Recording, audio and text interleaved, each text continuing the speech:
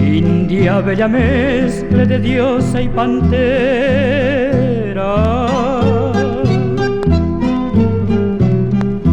doncella desnuda que habita el Guaira.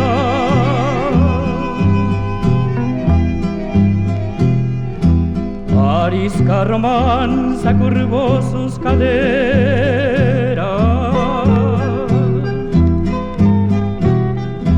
copiando un recodo de azul Paraná.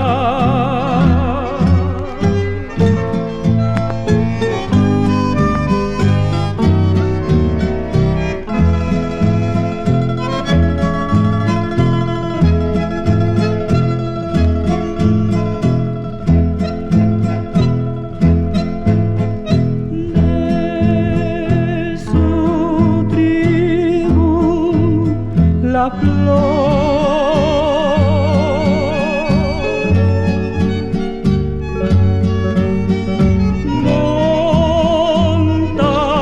montarás Guayaquil,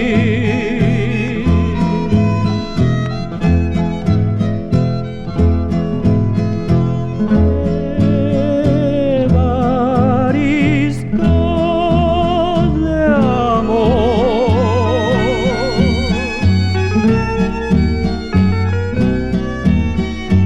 del Edén guaraní.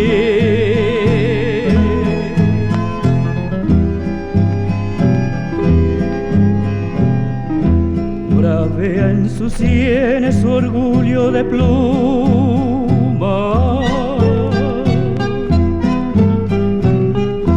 su lengua es salvaje panal de Irusú.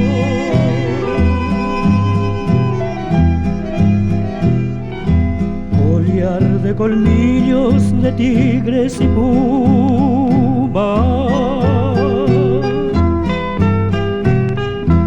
enjolla la musa de Veteroso.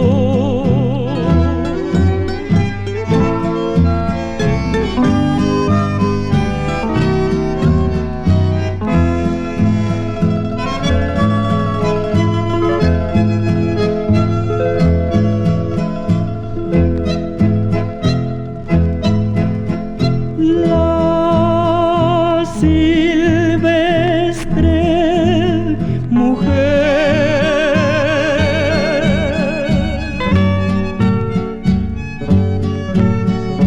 de la selva es su hogar.